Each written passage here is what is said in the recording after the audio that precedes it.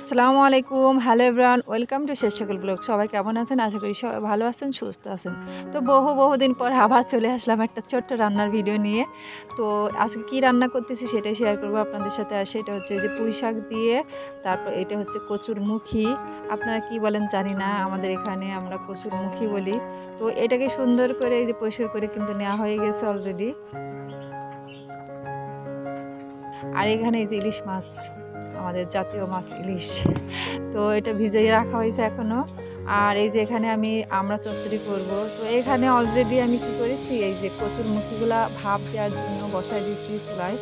আর এই কচুর মুখিটা ভাপ দিয়ে নিলে ভালো হয়, না হলে এই যে পিছলা পিছলা একটা ভাপ থাকে, ওইটা মানে কেমন জানি একটা হয়ে যায়। তো আমি এখানে কিছুক্ষণ ঢেকে রাখলাম তাড়াতাড়ি হওয়ার জন্য আর কি, ওয়েট করি। তো অলরেডি এই যে মানে কি বলবো, পানিটা ফুটে উঠেছে। আর কিছুক্ষণ জাল করলেই আমার হয়ে যাবে, বেশিক্ষণ না, মানে সিদ্ধ করতে হবে এমন কোনো একটা ব্যাপার না, জাস্ট ভাপ দিয়ে নিলে হয়ে যায় আর কি।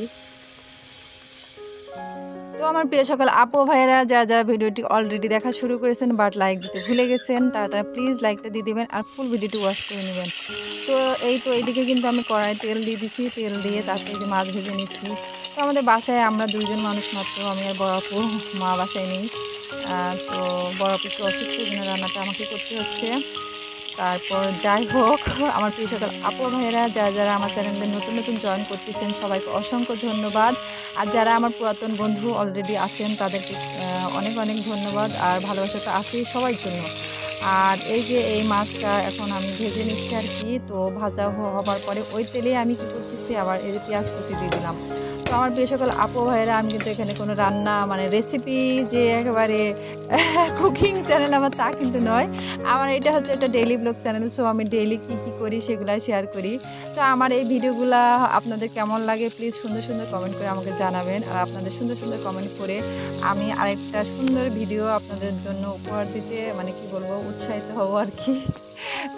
আমি চেষ্টা করি ভিডিও সুন্দর করে বানানোর জন্য, বাট হয় না, আমি জানি। তো এইদিকে আমি এই যে সব মশলাগুলো দিয়ে দিলাম পেঁয়াজ ভাজা শেষে এক এক করে। এখানে আমি রসুন বাটা, তারপর হচ্ছে সরিষা বাটা, তারপর জিরা গুঁড়া, তারপর হচ্ছে মরিচের গুঁড়া, সব কিছু দিয়েছিলাম। বাট একটা টপ সিক্রেট কথা বলি, সেটা হচ্ছে আমি হলুদের গুঁড়া দিতে ভুলে গেছিলাম, ওইটা আমি পরে দিয়ে নিছি। তারপর হচ্ছে মশলা কষানো শেষে এখন আমি এই যে মুখিগুলা যে ভাপ দিয়ে নেওয়া ছিল ওইটা আগে দিছি, ওইটা কিছুক্ষণ কষাই নেব, তারপরে হচ্ছে বাকি কাজ।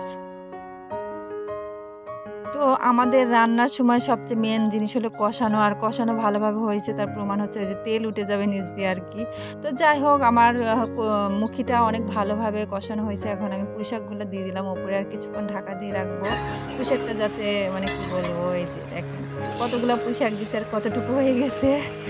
তো পুঁই শাক আমার অত্যন্ত প্রিয় একটা জিনিস, আপনাদের কার কাছে কেমন লাগে জানি না, বাট এটা আমার এত পছন্দের কি বলবো। তো এই যে আমি আবার একটু ভালো করে এগুলো আর একটু কষিয়ে নিচ্ছি। তারপর কষানো শেষে আমি এখন ঝোলের পানি দিয়ে দিলাম আর কি। তো এই পানিটা আর একটু লাগবে আমার, একটুতে হবে না, কারণ এইটা হচ্ছে একটু ঝোল হলে ভালো হয়। এই তরকারিটায় মাখা আছে, একটু ঝোল থাকলে একটু বেশি ভালো লাগে আর কি।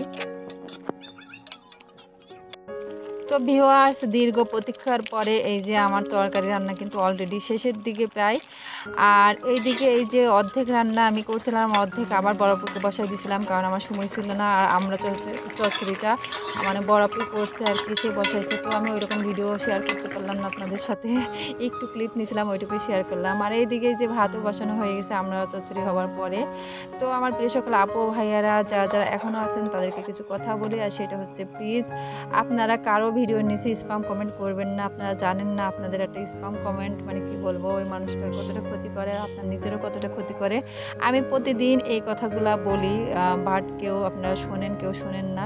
তো যাই হোক, এই যে আমার হচ্ছে পুঁই শাক দিয়ে, তারপর মুখি দিয়ে বা কচু দিয়ে, যেটাই বলেন না কেন, ইলিশ মাছ। আর এইদিকে এই যে আমার বড় আপুর হাতের আমরা চচ্চড়ি, কি বলবো, দুইটাই অনেক টেস্টি হয়েছিল, বাট আমরা চচ্চড়িটা বেশি টেস্টি হয়েছিল, অনেক ভালো লাগছিল। আর আমার প্রিয় সকল আপু ভাইয়ারা, আজকের ভিডিওটা আমি এখানেই শেষ করবো। আল্লাহ হাফেজ, আসসালামু আলাইকুম।